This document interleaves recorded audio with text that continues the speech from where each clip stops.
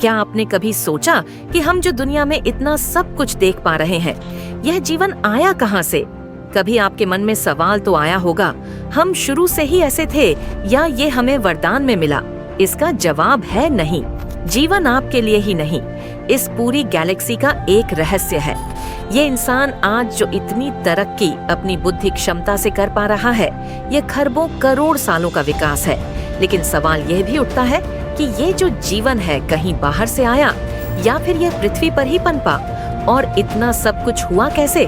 दोस्तों, सवाल तो बहुत से हैं और इनसे जुड़े हैं ऐसे कई छुपे हुए रहस्य, तो वीडियो को अंत तक जरूर देखना। और आप अगर नए हैं तो चैनल को सब्सक्राइब कर ले। वीडियो शुरू करते हैं। लाइफ इस दुनिया की ऐसी उपलब्धि है जो दुनिया के हर एक कोने में है। पृथ्वी पर हर एक जगह फल और फूल रही है। आज इन सभी प्राणियों में से हम यानी मनुष्य बहुत बुद्धिमान है। यह इससे पता चलता है कि जब इस समय कोई भी प्राणी जो अभी भोजन के लिए संघर्ष कर रहा होगा, वही हम इंसान आज मंगल पर रहने का सपना देख रहे हैं। वैज्ञानिकों का मानना है कि पृथ्वी पर जीवन की शुरुआत होना महज एक घटना थी, जो कि 4 अरब साल पहले घटी थी। हमने इतने सालों में इतना विकास कैसे किया? चलिए आपको समझाते हैं। इंसान जो आज इतने आविष्कार कर रहा है, आज हमारे पास सब कुछ है। हम आसान भाषा में कहें तो इस पृथ्वी पर इंसान आज सबसे ताकतवर जीव है। दोस्तों, लेकिन हमारे जीवन का विकास काफी रोमांच और कठिनाइयों से भरा रहा है। आज इस वीडियो में हम आपको वक्त में पीछे लेकर जाएंगे, जब यह दुनिया की महज एक आग का गोला था, और कैसे जीवन की शुरुआत से लेकर हम अब तक इतने बुद्धिमान जीव बन पाए। तो आपके सवालों का जवाब खोजने चलते हैं वक्त में पीछे। अभी से करीब 4 अरब साल पहले पृथ्वी बस एक आग का गोला था।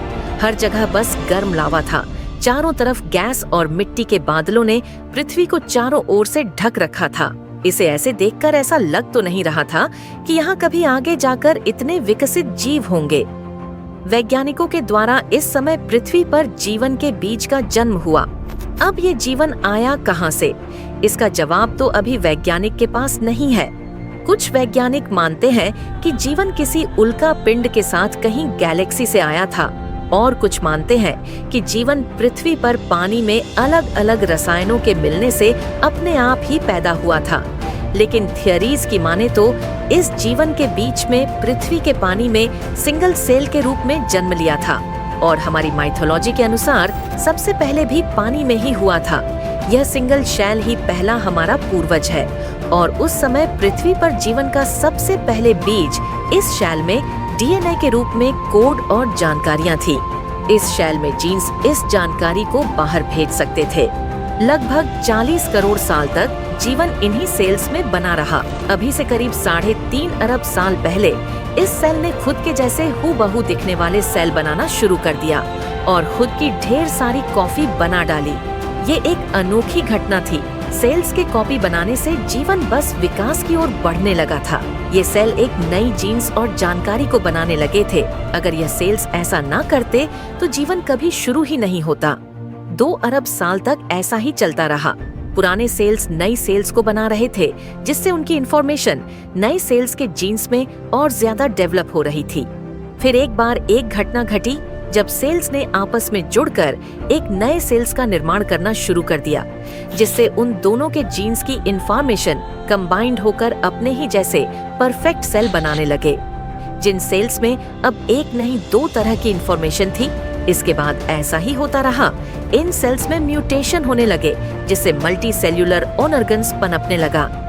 जीवन धीरे धीरे डेवलप होता गया।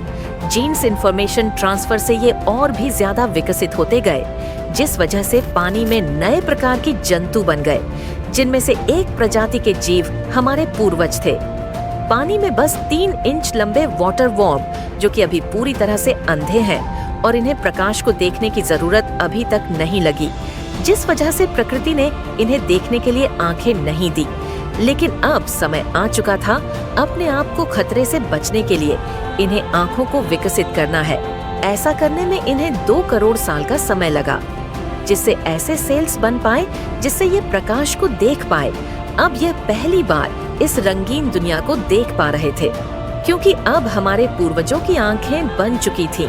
अब इन्हें जरूरत थी ये जो भी देख रहे हैं इस इंफॉर्मेशन को स्टोर करने के लिए एक दिमाग, जो इनके ठीक आंखों के पीछे छोटा सा दिमाग विकसित होता गया। अब हमारे पूर्वज इवोल्यूशन के जरिए वॉर्म न रहकर एक मछली के आकार में आ गए। हमारा दिमाग अब छोटे छोटे डिसीजन और इंफॉर्मेशन को प्रोसेस करने लगा। लेकिन जैसा हमने बताया, सेल्स के म्यूटेशन की वजह से कई तरह की प्रजातियां विकसित हो गई थीं, जिनमें से कुछ खतरनाक भी थी। ऐसे ही खतरनाक प्रजातियां अब शिकार करने लगी थी। अब हमें जिंदा रहने के लिए इन खतरनाक जीवों से बचना होगा। हमने विकसित होकर अपनी चमड़ी को बहुत कठोर कर लिया, जिससे हम सरवाइव कर सके। लेकिन शिकारी भी विकसित हो रहे थे। उनसे बचने के लिए हमने उथले पानी में रहना शुरू कर दिया। लेकिन उथले पानी में ऑक्सीजन की मात्रा कम थी। हमने अपने आप को बचाने के लिए अभी से करीब 340 मिलियन साल पहले हमने कुछ ऐसा किया जो कि किसी भी जीव ने नहीं किया था। हमने ऑक्सीजन की कमी के चलते अपना मुंह पानी से बाहर निकाला। अब जो हवा ले रहे थे, हमारे शरीर में एक नए ऑर्गन यानी फेफड़े का विकास हुआ। अब हम अपनी और जमीन दोनों पर ही रहने लगे थे। अब हम हवा और अपनी दोनों में ही सांस ले सकते थे। अभी से 360 मिलियन साल पहले हमने जमीन पर एक नई दुनिया देखी। ये वो अनोखा समय था जब हमने अपनी को छोड़कर जमीन को चुना था। यहाँ हमारे लिए खाना भी था और पर्याप्त ऑक्सीजन भी। लेकिन यहाँ पर सूर्य की रोशनी बहुत तेज थी, जिस वजह से हमारी चमड़ी और मोटी होती गई। अब हमने जमीन पर जीना सीख लिया था। हमारे पूर्वज अपने वंश को आगे चलने के लिए अंडे देते थे, जिससे नई पीढ़ी जन्म लेती थी।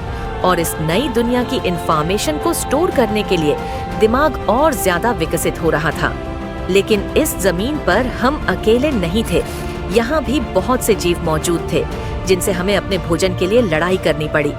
इस लड़ाई को जीतने के लिए हमारे शरीर में जेनेटिक न्यूट्रिशन के चलते बदलाव हुए, जिससे हमारा मुंह और बॉडी काफी ताकतवर हो गई और हम उनका भी शिकार करने लगे। लेकिन सब कुछ एक जैसा नहीं चलता। प्रकृति को कुछ और ही मंजूर था। 200 मिलियन साल पहले साइबेरिया में पिघला हुआ लावा पृथ्वी की गर्भ से बाहर निकलने लगा। इस मैग्मा की वजह से हानिकारक कार्बन डाइऑक्साइड ने सूरज की हिट को पृथ्वी के एटमॉस्फेयर में बांधना शुरू कर दिया, जिस वजह से गर्मी बहुत ज्यादा बढ़ गई। पृथ्वी के ऐसे माहौल में पेड़ पौधे खत्म होने लगे, जिससे बहुत सी प्रजातियां खत्म होने लगी।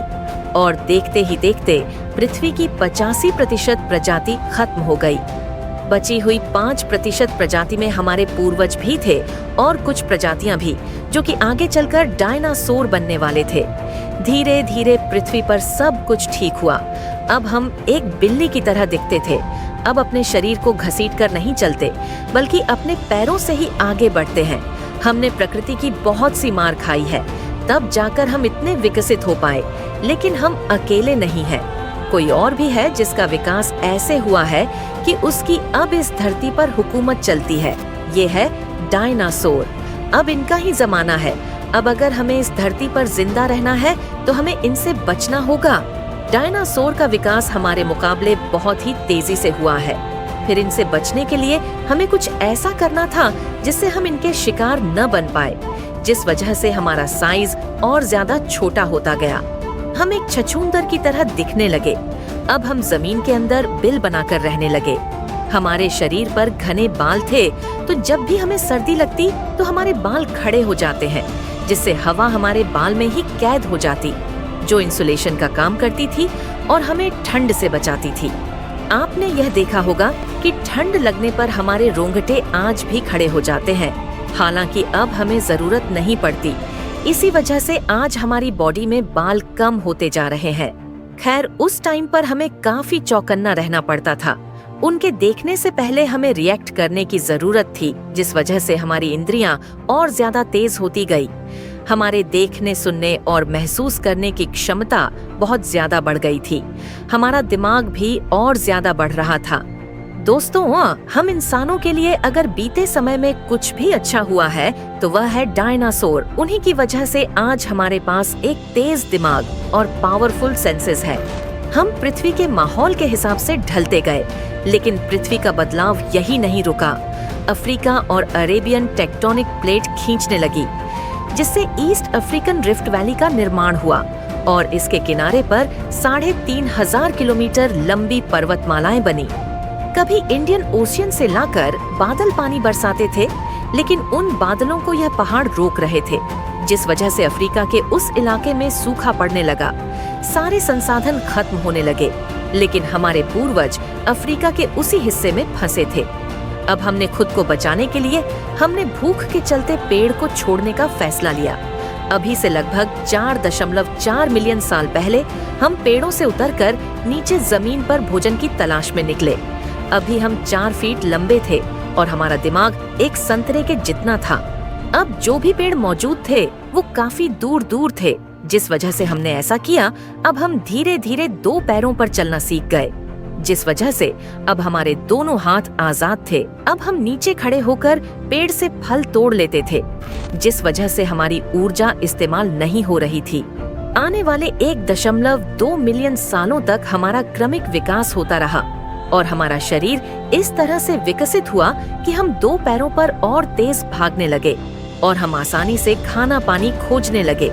लेकिन 2 पैरों पर चलने की वजह से बच्चे पैदा करने में कठिनाई आने लगी, जिससे पूरी तरह से विकसित बच्चों को जन्म देना आसान नहीं था। फिर सेल्स म्यूटेशन के चलते हमने ऐसे बच्चों को जन्म देना शुरू किया जो समय से पहले ही पैदा हो जाते थे। माँ की कोख में बच्चे का जो भी जरूरी विकास होना होता और बचा हुआ विकास जन्म के बाद होता। आपने देखा ही होगा, हम इंसान एक ऐसी प्रजाति है जिनके बच्चे जन्म लेने के बाद भी कमजोर होते हैं, जिनको अपने पैरों पर चलने में महीना लग जाते हैं और माँ को अपने बच्चों को सालों तक दूध पिलाकर पालना पड़ता है। लेकिन आप देखेंगे तो जानवरों में ऐसा नहीं होता। उनका बच्चा जन्म लेते ही चलने लगता है। अभी से 3.2 मिलियन साल पहले हम अपने 2 पैरों पर ही चलते थे, लेकिन हमें जंगली जानवरों से बहुत ज्यादा खतरा था और हम जंगली जानवरों से तेज भी नहीं भाग सकते थे। लेकिन हम अपनी बुद्धि के दम पर उनसे बच तो सकते ही थे। हम लगातार बुद्धि का इस्तेमाल करके लगातार बचते रहे और समय के साथ हमारा दिमाग और ज्यादा बड़ा होता गया। अभी से 2.3 मिलियन साल पहले हमारा दिमाग पहले से 2 गुना हो गया था और पहले हम होमो हैबिलिस थे, जिन्हें हैंडीमैन भी कहा जाता था, क्योंकि इन्होंने ही सबसे पहले पत्थर के हथियार बनाए थे, जिनका उपयोग हम अपने शिकार करने के लिए करते थे। ऐसा हमने अपनी दिमागी क्षमता से ही किया था। ये तो बस एक शुरुआत थी। अभी तो हमारे द्वारा बहुत कुछ बनाए जाना बाकी था। समय के साथ इन पत्थर के हथियारों को इस्तेमाल करते गए, उतना ही पत्थर को पकड़ने के लिए हमारे अंगूठा विकसित होता गया, जिससे हमारी पकड़ मजबूत हो जाए। और आज भी जीवन में अंगूठे का बहुत उपयोग है। अब बिना अंगूठे के कोई भी काम नहीं कर सकते, मानो हम अधूरे ही हैं।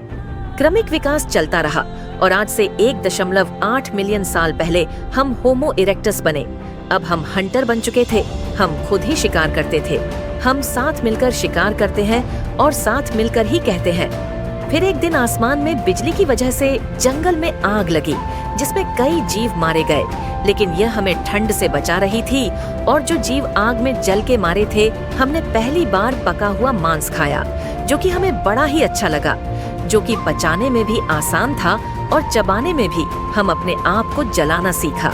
यह खोज हमारी दुनिया को बदलने वाली थी, क्योंकि प्रकृति की शक्ति अब हमारे पास थी। आग हमें दूसरे जानवरों से सुरक्षित रखती थी और हमें ठंड से भी बचाती थी। और सबसे खास, हम पका हुआ मांस खाने लगे, जिससे हमें ना तो पचाने में ऊर्जा लगानी पड़ती और ना ही चबाने में। ये सारी शरीर की ऊर्जा अब हमारे दिमाग को और ज्यादा बड़ा और होशियार बना रही थी। लेकिन अभी भी हम एक दूसरे से कम्युनिकेट नहीं कर पा रहे थे, जिस वजह से एक दूसरे को समझ पाना मुश्किल था। लेकिन सेल्स म्यूटेशन ने हमारी जरूरत के हिसाब से गले के मसल्स को बदल दिया, जिससे हम तरह तरह की आवाज निकालने लगे। अब हम बोलकर एक दूसरे को कम्युनिकेट कर सकते थे। अभी से 4 अरब साल से सिंगल सेल से सर्वाइवल की जंग लड़ते हुए विकास क्रम से सबसे आगे आकर इस पृथ्वी का सबसे बुद्धिमान जीव हम बन पाए। हम मनुष्य हमने पशुओं को पालना सीख, खेती करना सीखा, हजारों आविष्कार किया, चांद पर पहुँचे, मंगल पर जाने की तैयारी कर रहे हैं। हम यही नहीं रुक रहे हैं। आप रोज एक नई आधुनिक टेक्नोलॉजी की नई खोज सुनते ही होंगे। दोस्तों, आज के लिए अभी बस इतना ही। हम आशा करते हैं कि यह वीडियो आपको बेहद पसंद आई होगी। मिलते हैं आपसे अगली शानदार वीडियो में। तब तक के लिए धन्यवाद।